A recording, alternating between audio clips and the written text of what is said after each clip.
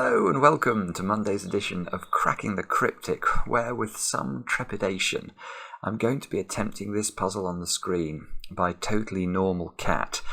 Mark thought this would be a good idea after all my crossroad related logic in yesterday's turbine puzzle by Shy.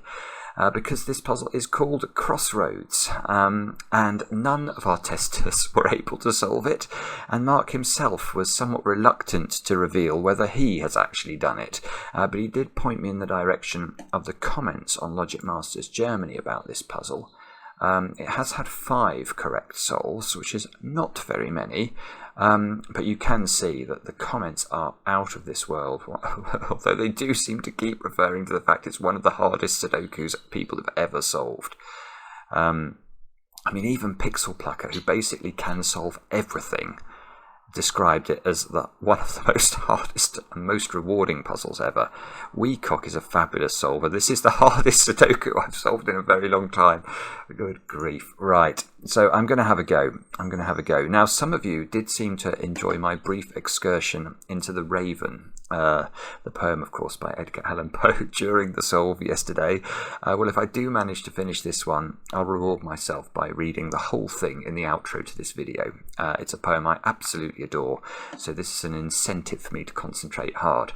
But before we get to all this and I read you the rules, I need to read you out the names of the correct solvers we've had to our Hitchhiker's Guide to the Galaxy Sudoku hunt over the last few hours. We have had more brilliant solvers. So Rune Brown, that is not an easy name to say. Hang on. Raffen Huger, I think. I'm really sorry, that's probably wrong, but there are consonants in places I wasn't expecting in that name. Dominic Groot, Bruinderink, that's a nice name, Bruinderink. Dominic Groot Bruinderink, there we go. Chaz and Joe Lednicki, Paul David, Matthew Sherlip, Nakul Baradwaj, Deborah Kuyat, Ed Kilworth, Oliver Sperandio, Haber Kosfer, Alfonso Molina, Pauline Hogan-Dawn, and Joe Carlin. Well done to all of you, fabulous solving. Do have a look at it, by the way, if you've not had a chance. It really is worth a try, and the feedback's been great. So that's available over on Patreon right now. So, what are the rules to Totally Normal Cat's puzzle? I'll read them to you. Normal Sudoku rules apply. Grey lines are palindromes, not very long palindromes, I hasten to add, and must read the same in both directions. Okay, well, that's almost a joke. Basically what this is saying is that those 2 digits are the same, those 2 digits are the same, because obviously a 2-cell palindrome reading the same backwards and forwards just means that the digits are the same. Clues outside the grid give the sum of the digits along the indicated diagonal. Digits may repeat along such a diagonal if allowed by other rules. So that's telling us that those 5 cells there sum to 26. And we can repeat digits, so if that square is a 7, that can be a 7. Indeed, well, that can't be a 7 now because the palindrome is going to break it. Neither can that be a 7. I'm just totally messed up the example. I'll put a 7 there instead. Now, those 3 squares would have to add up to 11. So that's how, no, they'd have to add up to 12. I've just noticed this is 26, not 25. This is not a good start, is it? My brain is not working. My eyes are not working. Right, wake up, brain and eyes, otherwise you're going to get into trouble. Disjoint subsets, good grief. Right, no 2 cells in the same position relative to their box, e.g. row 1, column 1, and row 4, column 4, may contain the same digit. So, what does this mean? Well, that means we have to think about the positions of cells within these boxes. So if we pick the middle rightmost cell of a 3x3 box, and then we look for the mid right cell in every 3x3 box, so that's going to be all of these cells here. These cells cannot contain repeated digits, so they have to be a complete set of the digits 1 to 9. Let's do it with the bottom left cell. Those cells all have to be the digits 1 to 9. Now, why did I sort of groan inwardly when I read this? Well, it's because I have such difficulty scanning correctly, because let's just consider this cell, and let me explain why it's difficult. And the honking duck is, again, honking sort of derides in a mocking way at me. No, we don't have any mocking turtles here in England, just mocking ducks. Right, so this square, normally in Sudoku, I would scan upwards, scan rightwards. All right, I might not do it perfectly, but this is what I would try and do, and I would scan the box. Here, I also need to check those 4 squares to see if there's anything in these 4 squares can be eliminated from this square, because of course this square sees those 4 squares because of the disjoint subset rule, and that makes it very, very hard. Anyway, do have a go. The way to play is to click the link under the video. Now I get to play. Let's get cracking. And the first thing we'll need to do is to look for something in one of these diagonals, which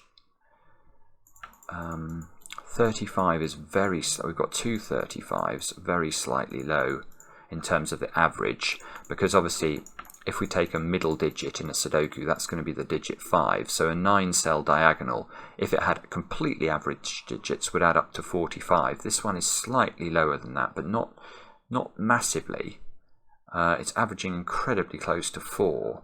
That's averaging, well, the average here is incredibly close to 5. That's incredibly close to 5. That's equal to 5. That's very slightly under 5.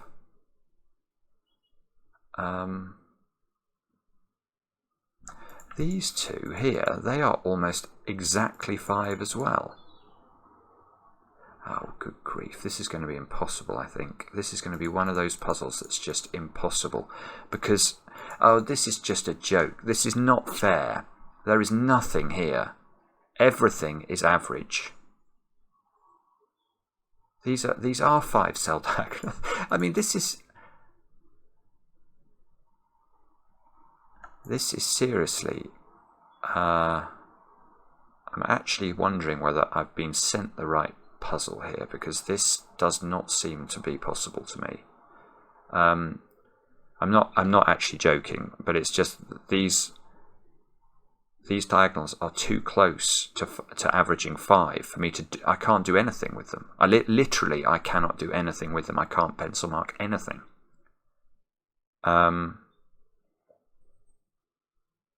It cannot be the palindromes, can it?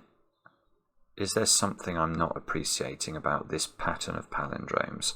We're saying that all of these digits are well, obviously not all of them, but each palindrome contains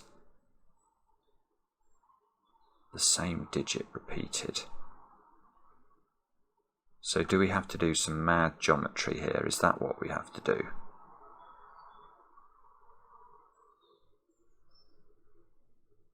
Right, okay. Right, that is not a stupid thought, because I do think the expanded Fistmafel ring is actually interesting here. Now that's because I think that I might be wrong about this, because I can never quite remember what the expanded Fistmafel ring looks like, but I know it includes those squares, and I think it includes the corner squares from these 4 boxes.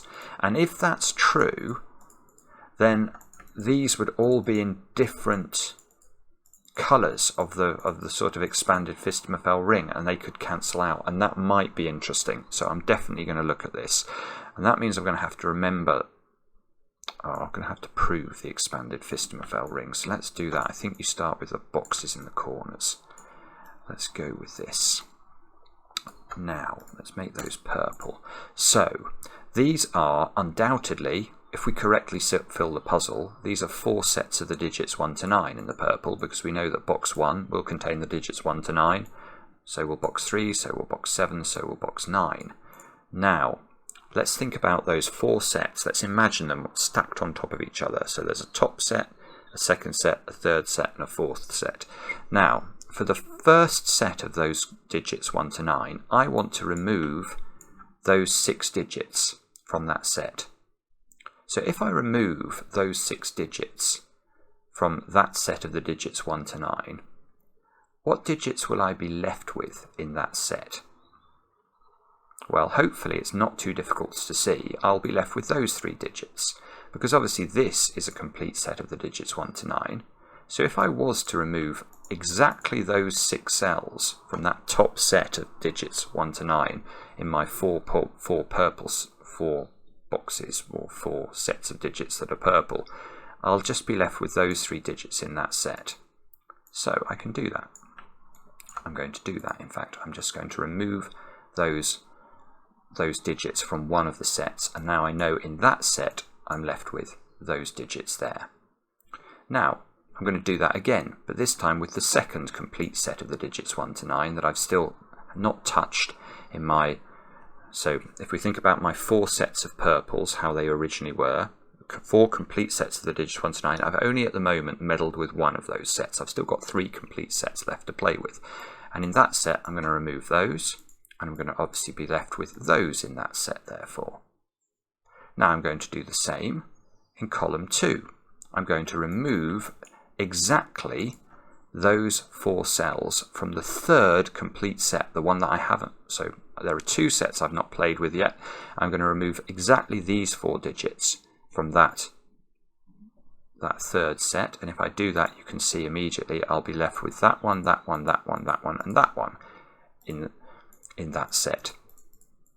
And finally, in the last set of purples that I haven't touched, I'm going to remove those 4 digits, and if I do that, whoops, whoa, I didn't mean to add zeros, or I'll be left with those digits. And now let's have a look at what we've got left. So what I did was I subtracted digits from each set and looked at what the remainder was, and I've now sort of fiddled with each of the 4 sets of the digits 1 to 9, and you can see in the purples I'm left with these cells, and there are 16 of them. And the greens, I've got 16 greens here. Now, because we know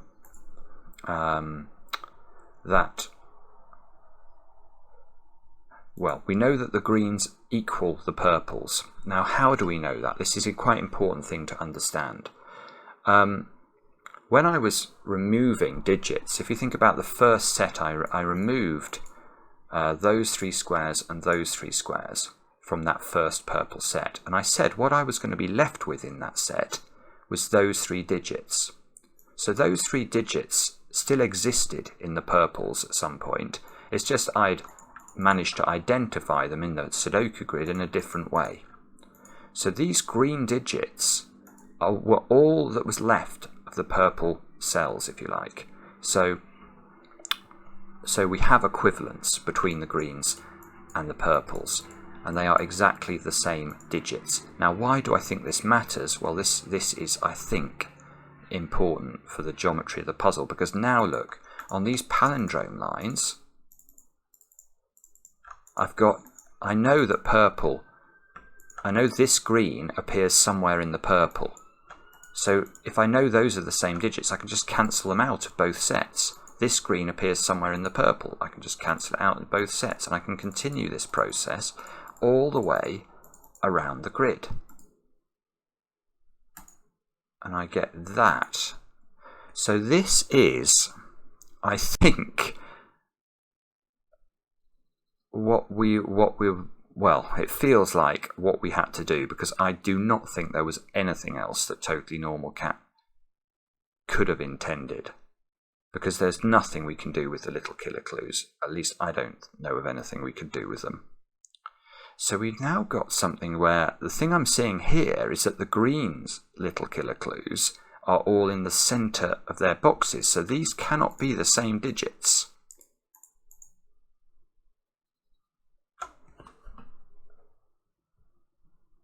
So the greens are equal to the purples, and it's almost a complete set of the digits 1 to 9. It would be a complete set if I added that digit in.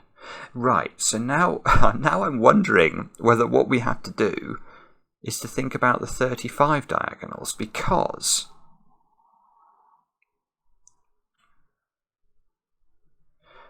if we think about the central square, let's make it green. Just for the, I don't mean to. The only reason for making it green is to emphasize the fact that you can see that the complete set of greens is now definitely equal to a set of the digits 1 to 9. Because of the secret, we know that the digits 1 to 9 add up to 45. If you add up the digits 1 to 9, that's what you get. So, but I think the point here is that although it's true to say that the greens add up to 45, if I change the colour of this square and make it purple, now we can also say the purples add up to 45, because before I did this with this square, we knew that the purples and the greens were equal to each other.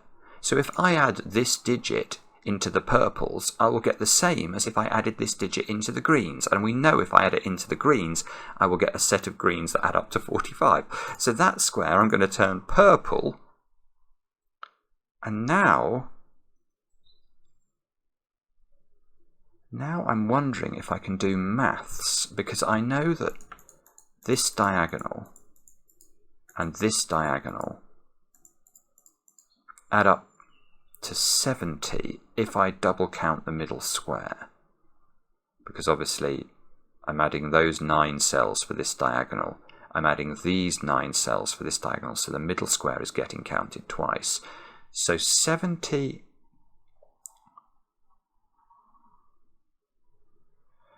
okay, let me just think about this. Let me make those blue just so that I don't lose it. So what I want to do now is I want to remove the purples, basically, don't I? So because I know that the purples add up to 45. Now if I do that, I've got to be careful doing this, because this square is still...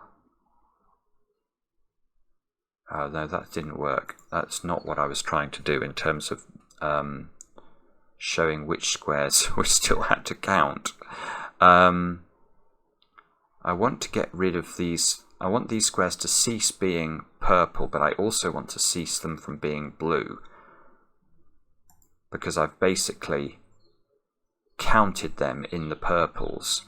But this square needs to become blue again because this was double counted. So when I removed this square, because it was purple, I still have to count it in the double count, basically, because it was double counted. I've only managed to remove it once. So we get this situation, and we know that the blue squares, or squares with a blue flash, are equal to 70 minus 45, which is 25. That's it. Done it. Right. Because we haven't got a digit. No, I have got a digit. I've got a digit in the grid. I've got a digit. That square is a 5.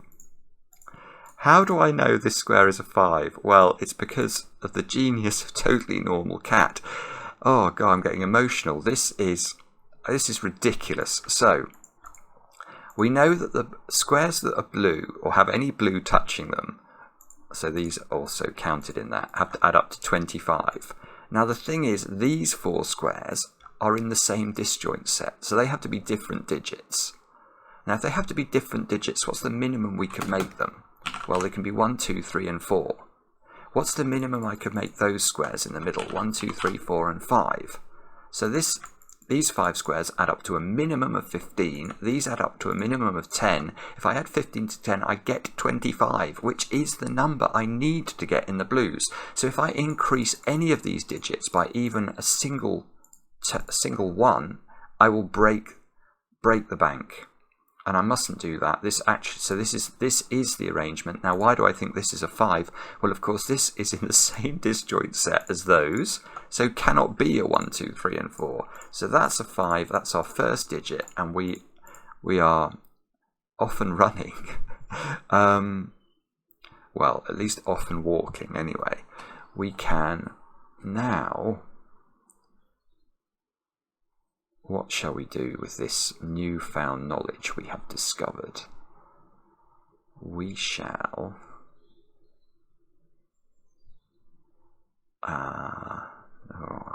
I'm sure this is doing something. I tell you what I could do. I could preserve the power of my green set here, because in my green set I've now got 1s, 2s, 3s, 4s and 5s. So those squares, whoops, these squares here must be the other digits. They are 6s, 7s, 8s and 9s. The other thing I might want to bear in mind is I've also got that other set, haven't I? Which I've now sort of lost track of, but that was those cells. So those cells are... Oh, this is so strange, actually. These strange, because this is like another disjoint set on top of the weird ones that we've got, you know, in the corners of boxes like this. That's a disjoint set. But because of the geometry of the grid, where we proved that the greens were equal to the purples, this is basically another disjoint set. Oh, okay, I was about to wonder whether there was something going on. No, that's nonsense. I was about to wonder whether or not I could prove these digits along this diagonal were different, but that would be complete cobblers, because this should add to 45, which it most certainly doesn't. But it is true to say that those 4 cells there do have to be different, because they're in the purple set, which is equivalent to the green set, and the green set contains no repeated digits. Good grief. Right. So, what do we do now? We shall... What I haven't used, you know, what I've not used at all is the little killer clues that are not the 35s. I have not used those.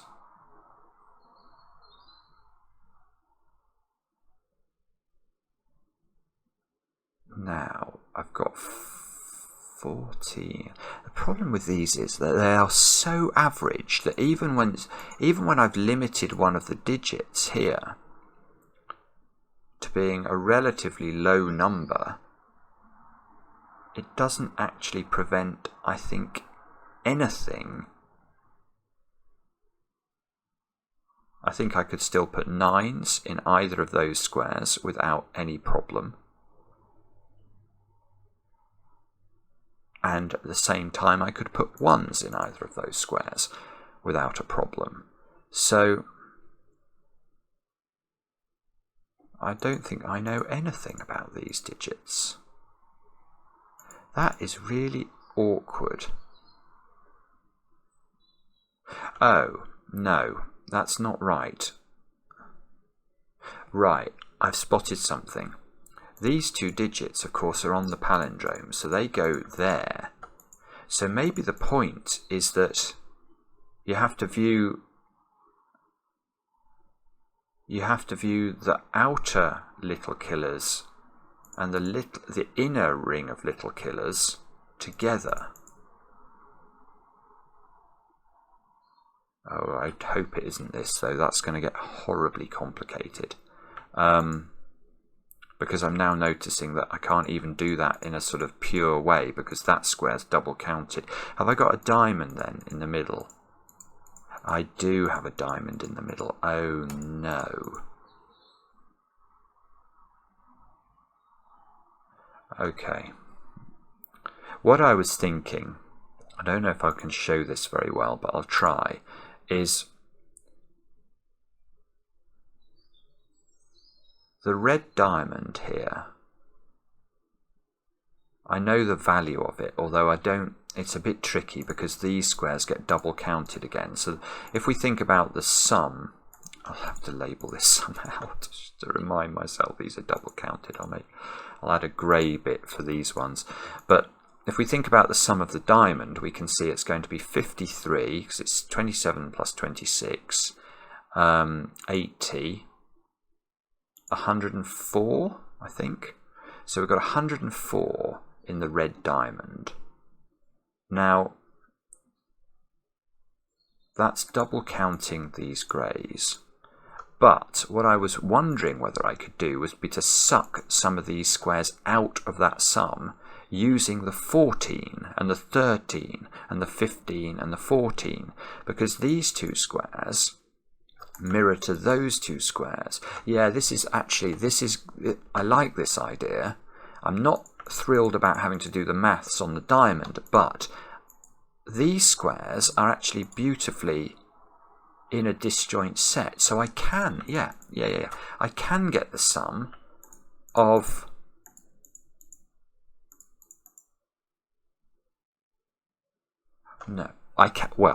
yes, I can definitely get the sum of the cells I've just outlined in blue, because that's just simple arithmetic. I add 14, 27, 42, 56. They are 56, but I think the key thing is I can actually remove from that sum this square, this square, this square, and this square, because I know that these are the digits 1, 2, 3, and 4, and they are distinct. So they are 1 plus 2 plus 3 plus 4, so they add up to 10. So 56 minus 10 is 46. So that means I can remove these, look. And now I know that these squares on the diamond add up to 46. Which means if I was to remove these from reds, yeah, I can do that. I can see that's just these squares. I'll remove these from reds. The remaining squares that have red flashes, this is horribly complicated. The remaining squares with red flashes add up to, was it 104 I got? Hang on, I better check this. It was 27, 53, 80, 104. 104 minus 46, I think I said. 104 minus 46 is 58. So that means that,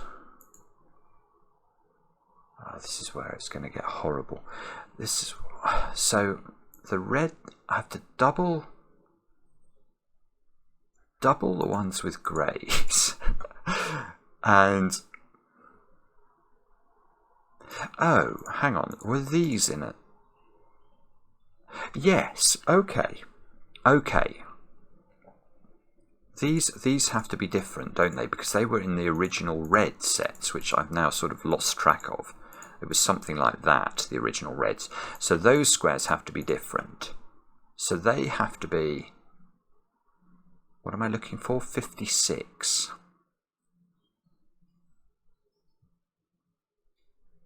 Do we know anything about what these can or cannot be? I don't think I do. I don't think they can be 5, because I think, because there's no 5 in the greens, and we know that the greens were equal to the reds. Oh, this is horribly complicated. This is really horribly complicated.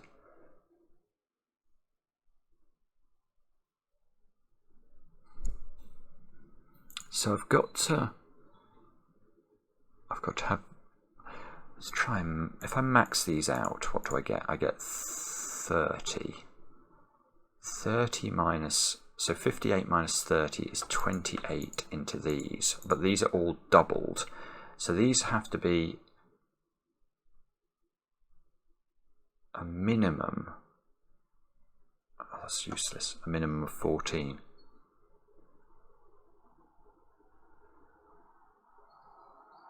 What about if I keep these low? If I keep these low, I have a feeling there's a reason I can't keep these low. I feel like I've got too many 1s, 2s, 3s and 4s. But anyway, let's put that to one side. These would be 10. And I've lost track of the maths now. Was it 58? So 48. These are adding to 24 maximum.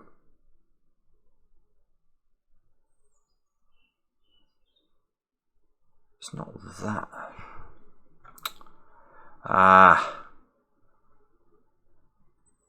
Am I missing something here? I sort of liked that logic, I have to say. I mean, I didn't enjoy trying to think through it because it felt very complicated. But it does seem very clever, and anything that is very clever is basically, if you look at a Venn diagram, there would be stuff known by totally normal cat in a circle, and then there would be a circle that says very, very, very, very clever, and those things would basically map over each other.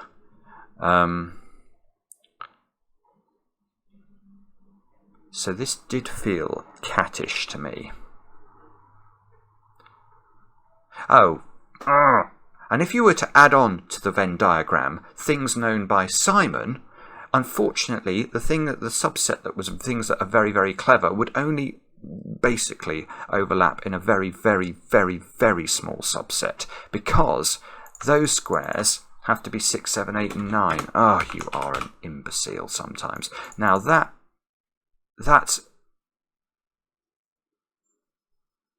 that's putting pressure on these squares, which can now only be 1s, 2s, 3s and 4s. Now,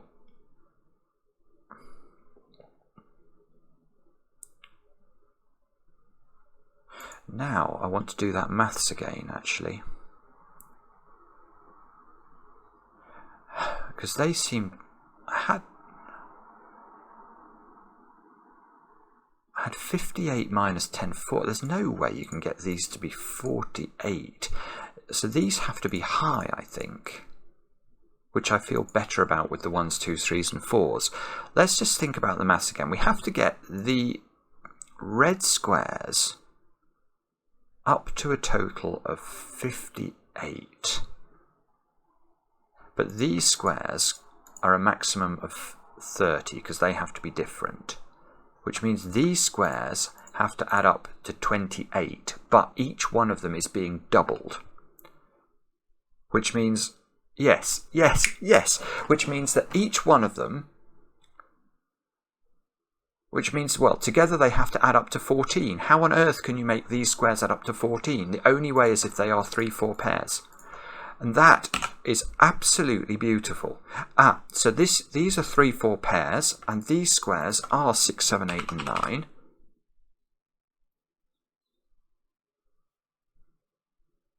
And therefore, the original red cells, which were these cells, must be 1, 2, 3 and 4, because we have to complete that weird, I don't even want to call it a disjoint set. Well, I suppose it is a sort of disjoint set, but not in the way that it's those squares. They had to be a complete set of the digits 1 to 9. So now I've got 1s and 2s here, just doing Sudoku on column 1, and 1s and 2s here, Sudoku on row 5.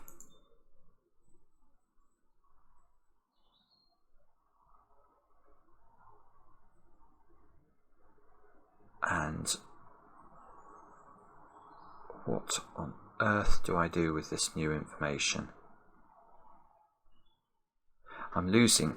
I can already feel my brain's connection with what is going on in this puzzle is becoming more and more tangential. I'm having a difficulty visualizing the disjoint sets that I think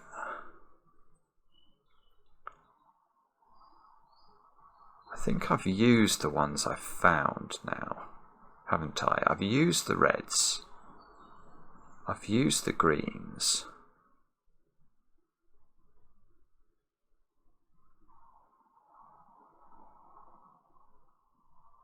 But it's not. So now, do I know these are the same or different? I don't know that I know that, do I? These are, the interesting thing about, well, I say interesting, it's an annoying fact about these 3s and 4s is that they are all in different disjoint sets, so they don't see each other. So although I know those two are different, I don't think I do know that those two are different. Because what I'm obviously thinking about is this 27 and the 26. Can I somehow, if I knew those two added up to 7,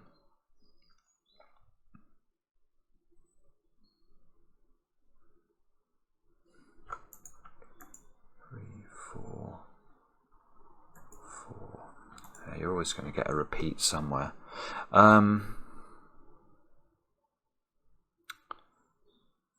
Okay, sorry, I'm now really confused about what I'm meant to do next. So far, it's been fair. It has been fair, because although it has been impossibly difficult, almost, it's been sort of, it's so impossibly difficult that there's only one thing you can sort of feel like you can look at. I'm now at the point where I'm not even sure that I'm not even sure where the next stepping stone I could potentially jump to across a canyon filled with crocodiles is even located, and that is worrying. I haven't learned anything new about these. I've sweated to death the effect of these on those. I think I've used all of the disjoint sets I've found.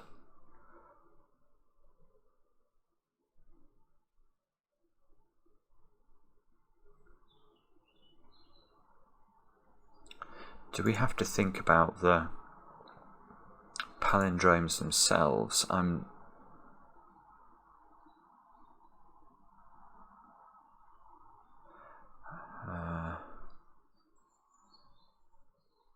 Aha, maybe that's it.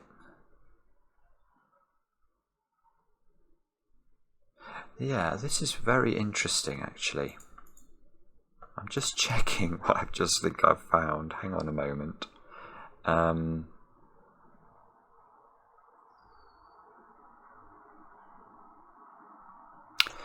yeah, it does work. Because the grid is so rotationally symmetrical, this is really quite interesting. I've just noticed something about 1s and 2s on the... So I was looking at this and what I could put into it. So if you try and put a 1 on this palindrome, the puzzle breaks, believe it or not, because now look at row 5 of the grid. This one rules a 1 out from that square, and this one is in the same disjoint set as that one. So you can't put a 1 in row 5 anymore. But look at the way this works if you instead try those squares, for example. And it's so beautiful, as it works in exactly the same way, not in terms of the row, but in terms of column 5 now. You can't put a 1 in it, because that's in the same disjoint set as that. So that will work no matter which palindrome we choose, because of the rotational symmetry. So you can't put 1 or 2 on a palindrome, which is amazing. I mean, it's absolutely amazing. Now,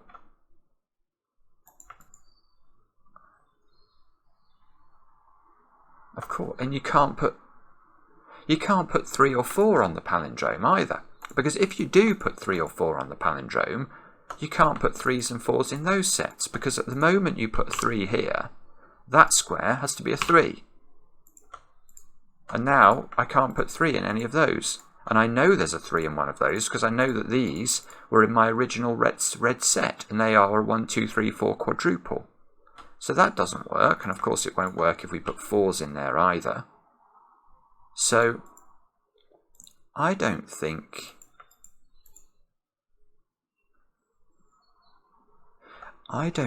you can put 1, 2, 3 or 4 into those squares. Now 5. We really actually know very little about 5. We've got 1 5 in one cell and no pencil marked 5s. Which... another way of thinking about 5 might be to say, is it possible to leave 5 out of palindromes? And the answer to that is no. Because if there was no 5, for example, possible on a palindrome, you couldn't fill these two squares in with valid... You could make them 6 and a 6-7 pair, but then this would have to be a 0. So there are definitely 5s on at least some of these palindromes. So there are 5s.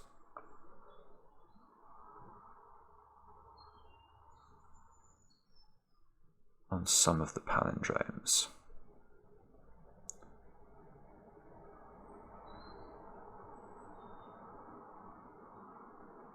We don't know, do we, the sum of these?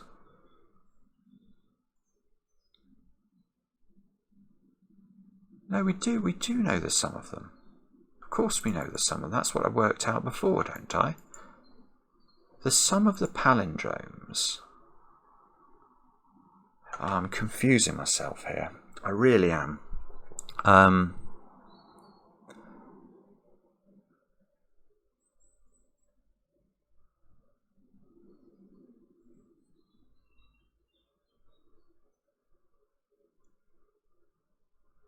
What digits?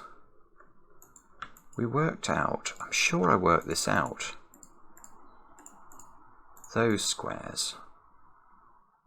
And those squares are, yeah, they're 14, 27, 42, 56, minus those, which are all different, 46.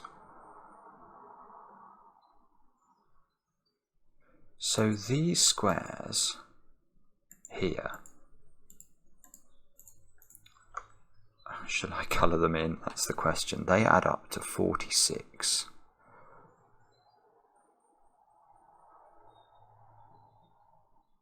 But we know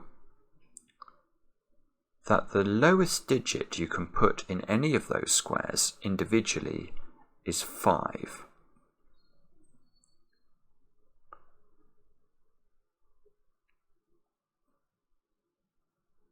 So if we try and minimise all of these squares and put 5s and 6s into each one of them, we would get 44. But we know the maximum is 46. No, we know we're heading, not the maximum, the actual number we want is 46. So we can't actually get too far away from bare minimums on these, well, in the outlined blue circles. So let me think about a colour that's going to agree with me. Maybe yellow. So the yellow squares add to 46.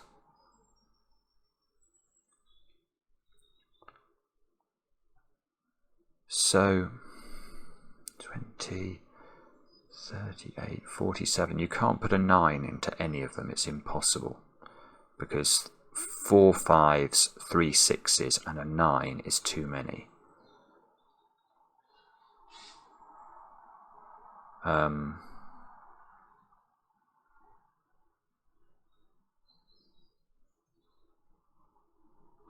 So, I'm not sure whether we can do anything more with this.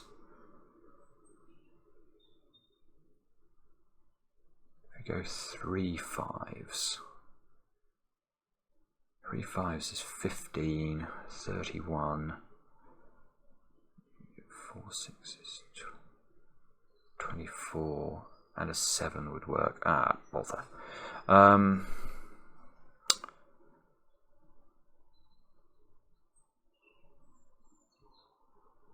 So, I think, what do we do with this information?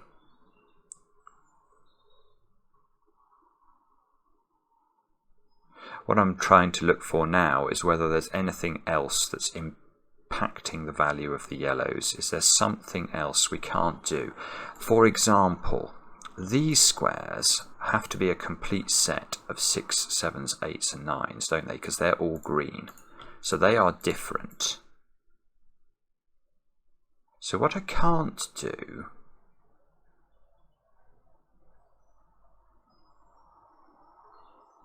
maybe this rules out the option where I have 3 5s, 4 6s and a 7. Because if I have 4 6s, is it still possible to put... If you have 4 6s, they're either going to go... If we start here and imagine these were 6s, it's rotationally symmetrical, so I don't think it matters which one we start in terms of the principle. You get double 6 here, you get double 6 here, you get double 6 here, and you get double 6 there. Now, yeah, that doesn't work. That doesn't work because look, the green 6s are seen by the 4 6s you'd have round there. So you can't have 4 6s, so you must have 4 5s. There are 4 5s in the yellows, and if there are 4 5s in the yellows, here we go. 5s, 5s, 5s, 5s, 5s. You must do that. So there is definitely a 5 in each of the sort of short little killer clues.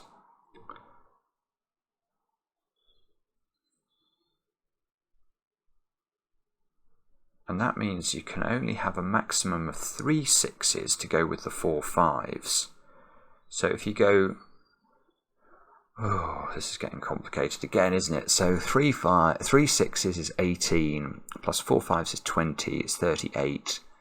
And what's the other digit going to be then? 46 is that I'm going for. Is that an 8? Oh, so that's actually, I don't think that's taken us very far forward, because the other thing you could have is 4 5s, 2 6s and 2 7s then. So what we need is a reason we can't have 3 6s. Is there a reason we can't have 3 6s in the yellows? Now, let's just do this again. No, that's not going to work. It's not going to work. I'm not going to be able to use 3 6s to get rid of these 4 possible positions for 6s here. Because, I don't know, let's just play around with this. If I try those 2 and 1 more, I'm always going to be able to put a 4th 6 in the cell that's not sort of governed by the 6s in the other positions. Don't know if I can use these. I know they're a set as well. That's 6, 7s, 8s and 9s because they were originally in the red.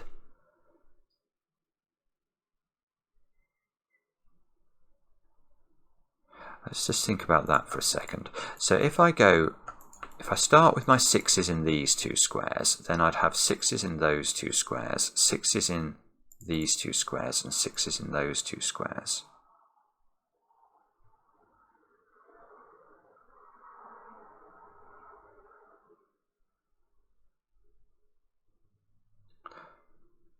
Aha.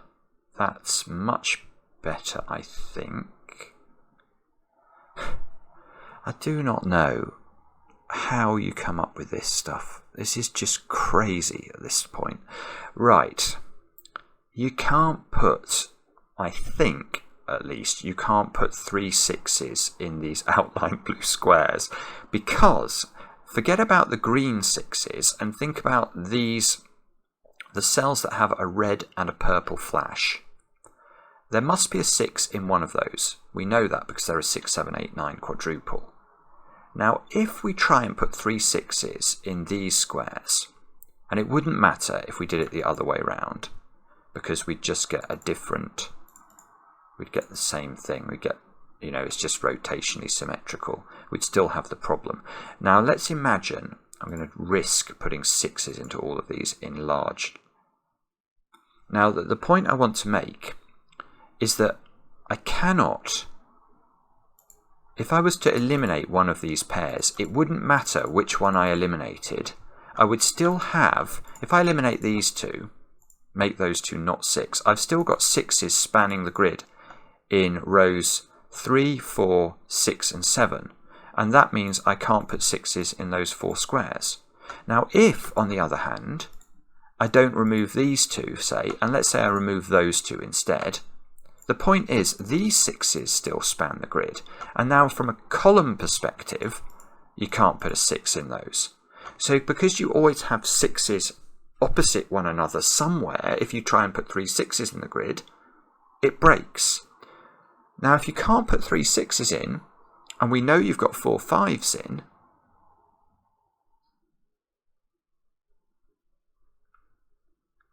then the minimum you can make the sum add up to is 4 5s, 2 6s and 2 7s.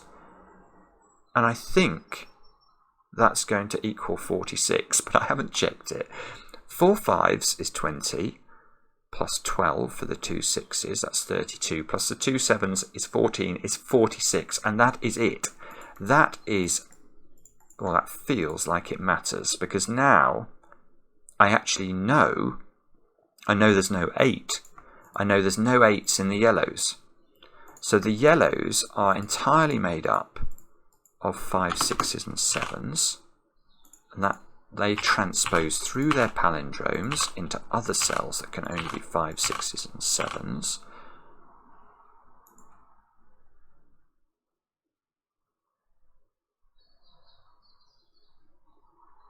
This one now, you can see the minimum of this is 5 and 6, so you can never have a 4 in here or even a 3. So this one has been reduced to just being a 1 or a 2.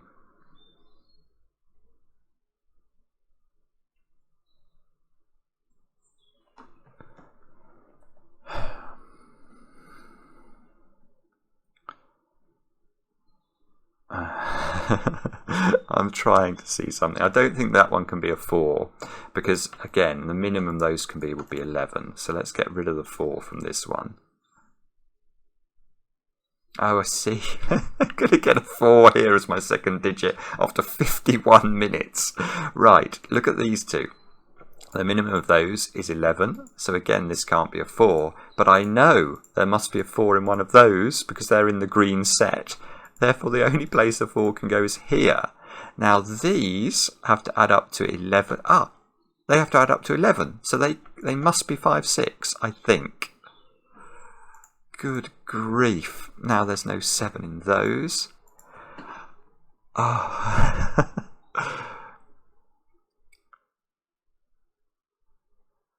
Now, what does this mean?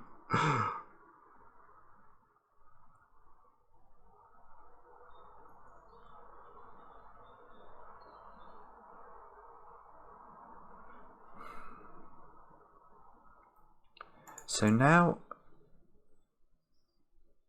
I know there are 4 5s, don't I? So if there are 4 5s, can we do something with that? Because that means that the 5s are either in this arrangement or sort of picking those two first and knocking each one round in a sort of Ferris wheel type effect.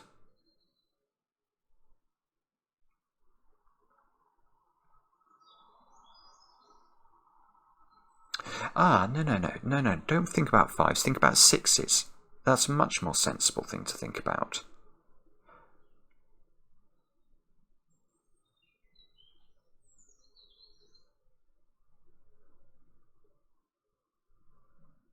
Or is it? Or is it?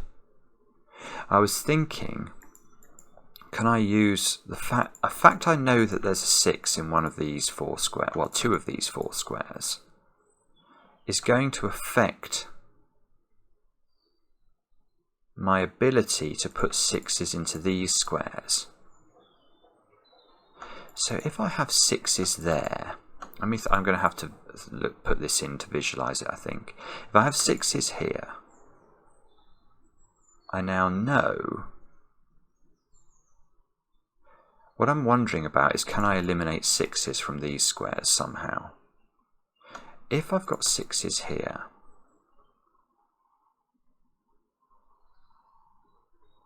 oh, no, it's a combination of the 5s and the 6s. It is a oh, this is just ridiculous. Right, these are 5s. I'm going to do this both ways round because I need to convince myself it's correct. So let's start with the proposition that the 6s are there.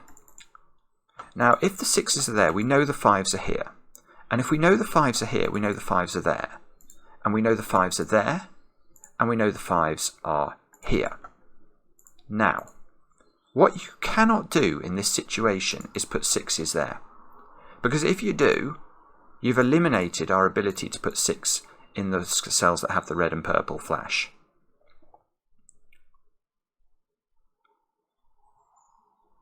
And that must work exactly the same way the other way round. It must do. I.e., if we put 5s here and 6s here, By rotational symmetry, you've now got 5s in these squares. Now this time, you still can't put 6 in those squares, because then you're breaking the columns. You need to put 6 in one of those. This 6 takes care of those two. This 6 would take care of those two. It does work. That is just ridiculous. So, the moment you lock a 6 into one of those digits, you cannot put 6 in these digits. And that gives us this digit. Wow. Wow. So, now I've got a 5-7 pair there, which is 12, so that's become a 2. That gives us a 1 here. And that must be a 3 to complete the set. Now that square can't be a 2. I've got a horrible feeling I'm going to have to be incredibly careful about what I eliminate here. Now let's think about this, because this has to add up to 12, so then that must be 5-7, which means that this is 5-7. This has got to be 5-6 to add up to 11, which means that these are 5 and 6.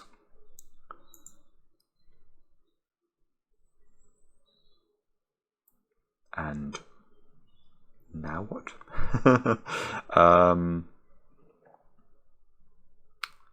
What have we learnt about the world from this? Please let it be enough for me to crack this puzzle. Please. I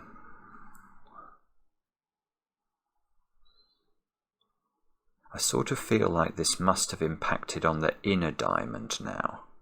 That's what I'm thinking.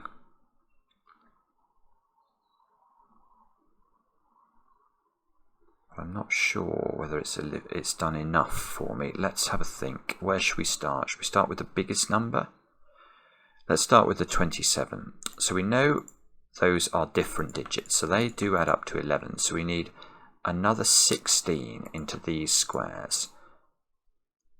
But we think that it's possible for these to be the same. So these can max out at 8. Which still means we need at least 8 here, so we can eliminate 6 and 7 from that square. Oh, in fact, look, we can eliminate some digits just from the fact that we've got these 5-7 pairs, so let's do that in case that's going to matter.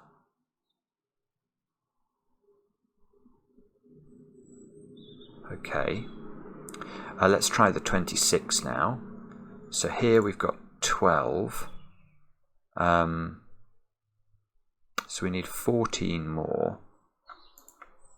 But we could reach... that's no good. It doesn't look like that helps, actually. 12 here, we need 15 more. We could have 8 here. So can we have 6 here, I suppose, is a question. If we did have 6 there, we'd have 12... 18, we'd need 9 more, which we cannot get. That cannot be a 6. That gives us an 8-9 pair in here. Ah, this is lovely. So that's a 6. Oh my goodness me, this is so difficult. I cannot tell you. This is a 6, this is a 7. Don't think I get... Oh, no, and now I can do this maths on this diagonal, maybe. So I've now got 18 there. I need 8 more. That's got to be double 4. That's double 4. Which means that must be a 3 and that must be 3. Let's check the maths for this one. This is a 5-6 pair. So that's 18. Yes, and we need 6 more, which is double 3. So I think this is at the moment not that wrong. And this 3, 4, see that square, so that's become a 1. Which means we eliminate 1 from all of the squares, because don't forget these were a 1, 2, 3, 4 quadruple. That can't be 4. This has to be 2. Oh, this is horrible. I had a horrible feeling I've made a mistake there, but it does seem to unwind. I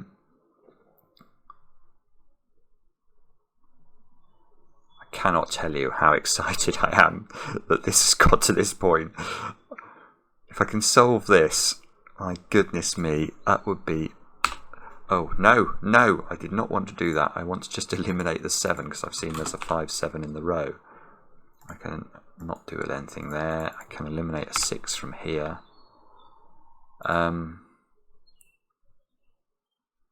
So now, yes, now I can get that digit, presumably. Again, I know that they are different, so that's 12.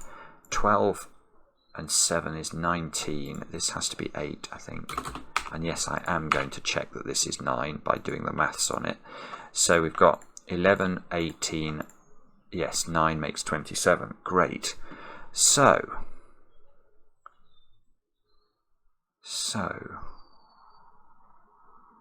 have we...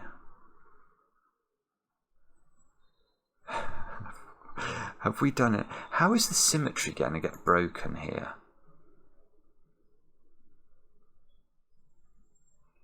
How is the symmetry going to get broken? Is there some weird disjoint set that I'm going to have to spot now in order to start to make more progress on this?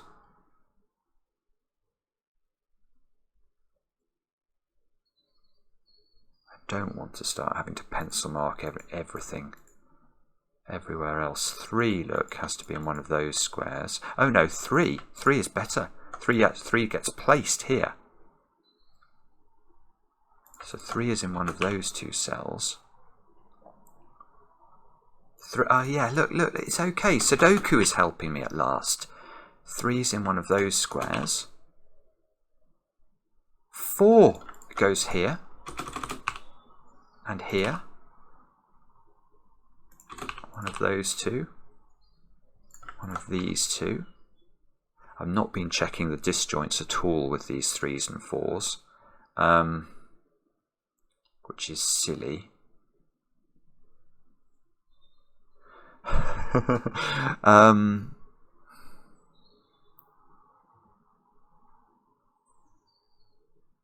Threes and 4s I've got a little bit of joy with. No, but where's more joy coming from? I need more joy here. 6 maybe. Oh no, that can be a 6. Bobbins.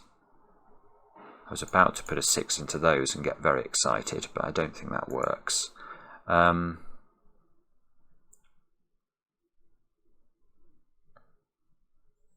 8. 8 looks like it has to be in one of those 2 cells.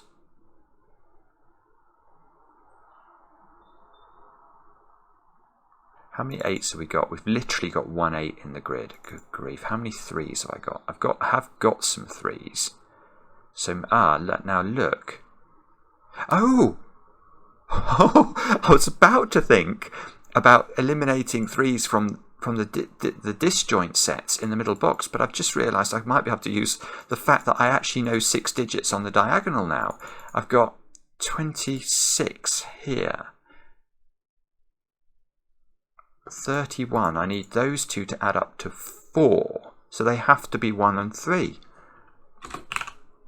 Which means those 2 have to be 2 and 4. Let's double check the maths on this. 10, 24, 29. I need to, yes, it still is internally consistent. Now I can see this 1 is seeing that square through the disjoint. That's a 3, that's a 1. That's giving me a 3 here. The 3s are done, aren't they? They will be once I put that one in. Now this 1, I can see the 2, 4 is disambiguated as well, but let's just focus on what we've got. Oh, Alexa's getting involved. Connect to your Wi-Fi network. 1 is in one of those squares. Instructions in the help section of your Alexa app. I don't know what to say.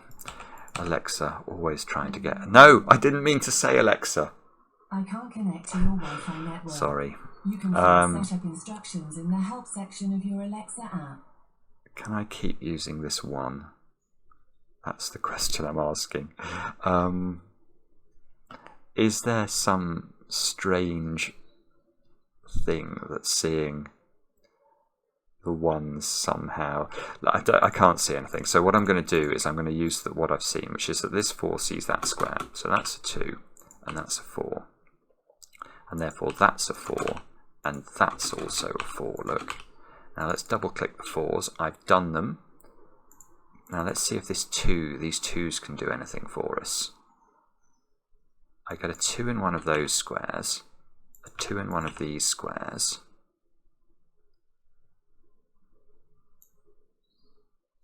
Yeah, a 2 in one of these squares. There's some strange symmetry going on at the moment.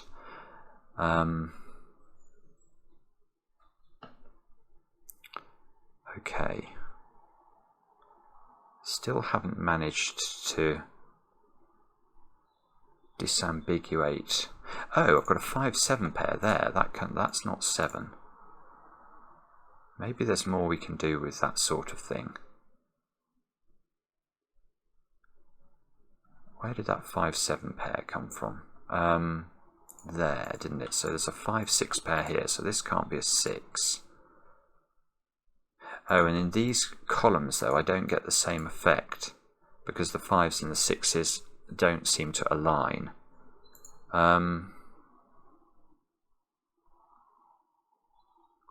Now, so in fact, in this row, look, we've got like a sextuplet on 1, 2, 3, 4, 5, and 6. So these two squares are 7s, 8s, and 9s. Goodness only knows if anything is seeing those through the disjoint. I'm not sure. I've got the same thing going on in row 2, where I've got 6, 8, 9s into the other positions. That can't be 8 though. This 8's useful. That gives me a 6, 9 here.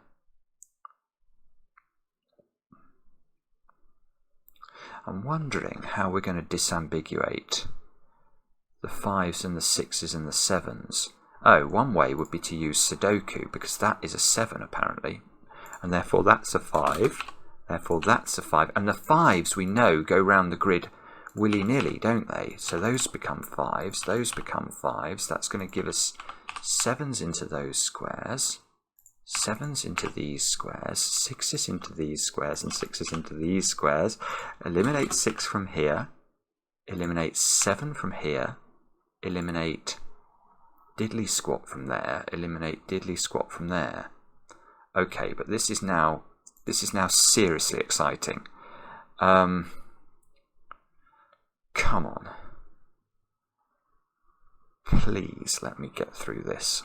1, 7s, and 8. 1 is horizontal in box 7. Oh, that doesn't do anything. This square, that therefore must be just a 7 or an 8. Now let's hunt for something that sees this square. We shall hunt for a 7 or an 8 in the bottom. No.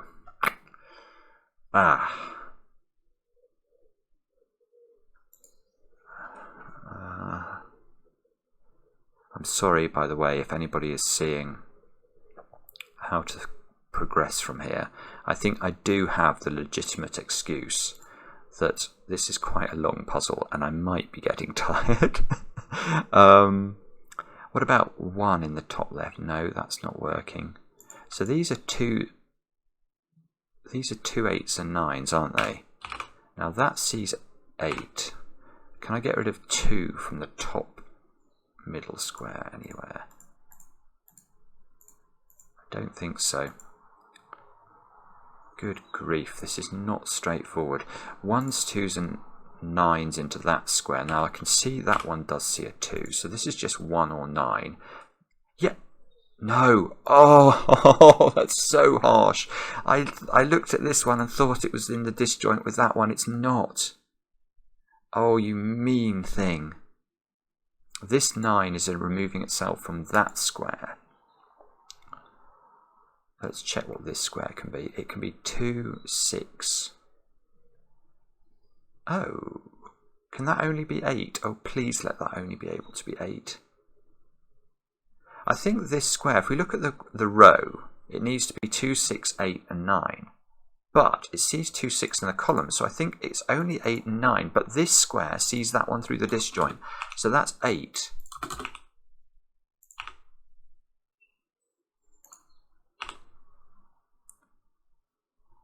Which I really hope matters profoundly, but I fear might not. Now this square is 1, 7 or 9, looking at the column. Now what sees this? That 7 does. That's definitely in the bottom right of a box. That means this square has to be the 7 in this column, I think.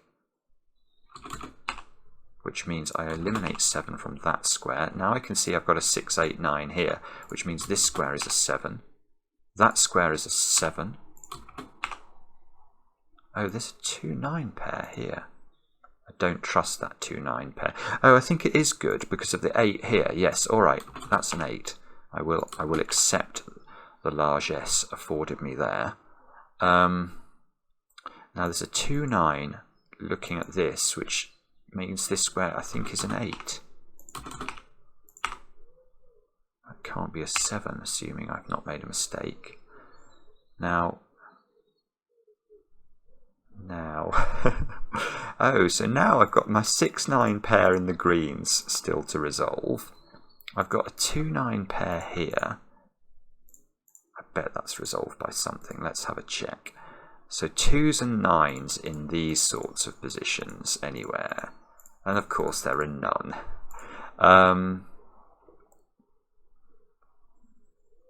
Oh, bother. Okay, so what about those two squares? What are they? They are 1. Ah, they're 8 and 1. Good, good, good. 8 and 1 can go in. Which means we now know these two squares are 2 and 9 to complete the row. Therefore, we know those two squares are 1 and 8 to complete the column. Now, surely something is disambiguating these. This square is 8 or 9 using the power of Sudoku. Now, what about that one? Yes, yes, yes, yes, yes. This 8 is seeing it by the disjoint. That is a 9. I cannot tell you how thrilling that is. 9, 8, 1, 2, 1. This square is a naked single at last. That's an 8. This 9 seems to be giving me a 6-9 pair over here. If I've made a mistake, I will literally weep on camera. This is a 6. I've got an 8-9 pair here. Surely that 8. Yes, that 8's giving me an 8 and a 9. This 9 is fixing that as a 7. This is an 8. This 9 up here is giving me a 9 and a 2. This should be a 6, I think. Yes, that's still working. This is a 9, completing the greens. This is a 1 or a 2. Oh no, I've got a deadly pattern. I don't believe it. No. Oh, is it resolved by the Oh, it is resolved by the disjoint. Oh God, I almost cried. This 1 sees the square through the disjoint, so that must be a 2. That must be a 2. That must be a 1. That must be a 1. And I think I have solved this puzzle. I'm going to click tick. Yes, I did. That is absolutely extraordinary. That is one of the most beautiful puzzles I've ever solved, and one of the most difficult. And the only thing I will say in its defense in terms of the difficulty is it was so difficult that there was almost nowhere to look apart from for the next faraway stepping stone at each point. This means I get to read The Raven. I'll do that separately. I need to go and have a cup of tea and pat myself slightly on the back. And that totally normal cat. The puzzles that you are making at the moment are just off the world clever. Off the world clever. Take a bow. I mean, I can't even think about how to talk through this puzzle in terms of the start was difficult in terms of the expanded Fistemafel ring and the geometry and using the palindromes. It was beautiful. And that gave us that 5, didn't it? And I can't remember even the trickery after that. There was trickery upon trickery upon trickery. It's magnificent. It's just magnificent. I really hope you had a go. I really hope you solved it. Please, those of you who solved it, leave me a comment. Let me know what I missed. Let me know what I should have done better. And, you know, give all of the praise in the world to the totally normal cat. And yeah, for those of you who stuck with me for an hour and a quarter, thank you so much. I hope it was worth it. Let me know in the comments what you think, and we'll be back later with another edition of Cracking the Cryptic. Once upon a midnight dreary, while I pondered weak and weary over many a quaint and curious volume of forgotten lore, while I nodded nearly napping, suddenly there came a tapping, as of someone gently rapping at my chamber door. "'Tis some visitor," I muttered, tapping at my chamber door. "Only this, and nothing more." Ah, distinctly I remember, it was in the bleak December, and each separate dying ember wrought its ghost upon the floor. Eagerly I wished the morrow, vainly I had sought to borrow from my books surcease of sorrow, sorrow for the lost Lenore, for the rare and radiant maiden whom the angels named Lenore, nameless here for evermore. And the silken, sad, uncertain rustling of each purple curtain thrilled me, filled me with fantastic terrors never felt before, so that now, to still the beating of my heart, I stood repeating, "'Tis some visitor entreating entrance at my chamber door, some late visitor entreating entrance at my chamber door.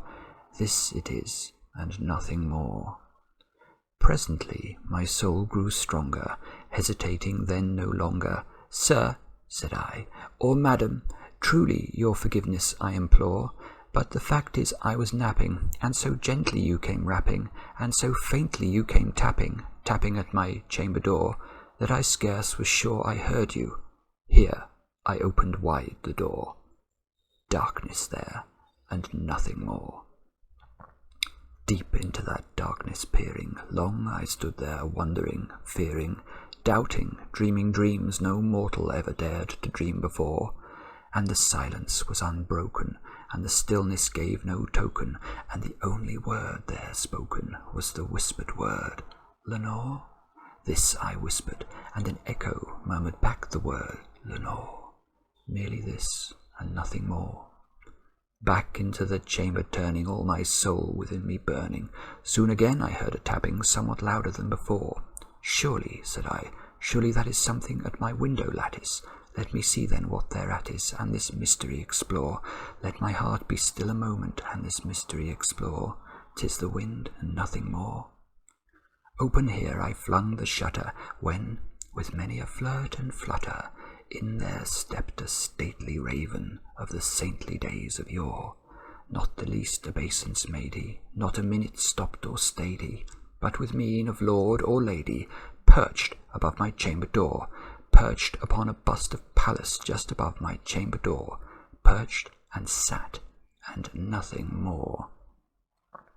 Then this ebony bird beguiling my sad fancy into smiling, by the grave and stern decorum of the countenance it wore. "Though thy crest be shorn and shaven, thou," I said, "art sure no craven, ghastly grim and ancient raven, wandering from the nightly shore. Tell me what thy lordly name is on the night's Plutonian shore." Quoth the raven, "Nevermore." Much I marvelled this ungainly fowl to hear discourse so plainly, though its answer little meaning, little relevancy bore. For we cannot help agreeing that no living human being ever yet was blessed with seeing bird above his chamber door, bird or beast upon the sculptured bust above his chamber door, with such name as Nevermore. But the raven, sitting lonely on the placid bust, spoke only that one word, as if his soul in that one word he did outpour. Nothing farther than he uttered, not a feather than he fluttered, till I scarcely more than muttered, "Other friends have flown before.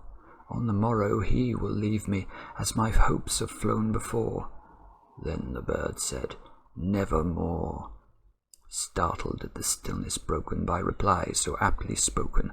"Doubtless," said I, "what it utters is its only stock and store, caught from some unhappy master, whom unmerciful disaster followed fast and followed faster, till his songs one burden bore, till the dirges of his hope that melancholy burden bore, of never, nevermore." But the raven still beguiling all my fancy into smiling, straight I wheeled a cushioned seat in front of bird and bust and door. Then, upon the velvet sinking, I betook myself to linking fancy unto fancy, thinking what this ominous bird of yore, what this grim, ungainly, ghastly, gaunt, and ominous bird of yore meant in croaking "Nevermore." This I sat engaged in guessing, but no syllable expressing to the fowl whose fiery eyes now burned into my bosom's core.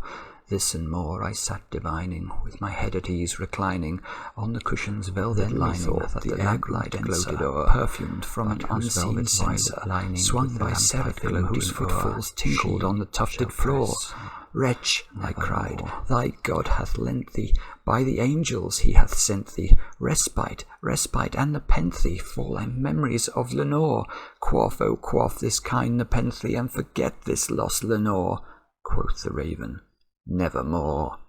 Prophet, said I, thing of evil, prophet still if bird or devil, whether tempter sent or whether tempest toss thee here ashore, desolate yet all undaunted, on this desert land enchanted, on this home by horror haunted, tell me truly, I implore, is there balm in Gilead? Tell me, I implore. Quoth the raven, nevermore. Prophet, said I, thing of evil, prophet still if bird or devil, by that heaven that bends above us, by that God we both adore, tell this soul with sorrow laden, if, within the distant Aidenn, it shall clasp a sainted maiden whom the angels name Lenore, clasp a rare and radiant maiden whom the angels name Lenore. Quoth the raven, nevermore. Be that word our sign of parting, bird or fiend, I shrieked up starting. Get thee back into the tempest and the night's Plutonian shore. Leave no black plume as a token of that lie thy soul hath spoken. Leave my loneliness unbroken. Quit the bust above my door. Take thy beak from out my heart, and take thy form from off my door. Quoth the raven, nevermore. And the raven, never flitting, still is sitting on the pallid bust of Pallas just above my chamber door, and his eyes have all the seeming of a demon's that is dreaming, and the lamplight o'er him streaming throws his shadow on the floor, and my soul from out that shadow that lies floating on the floor shall be lifted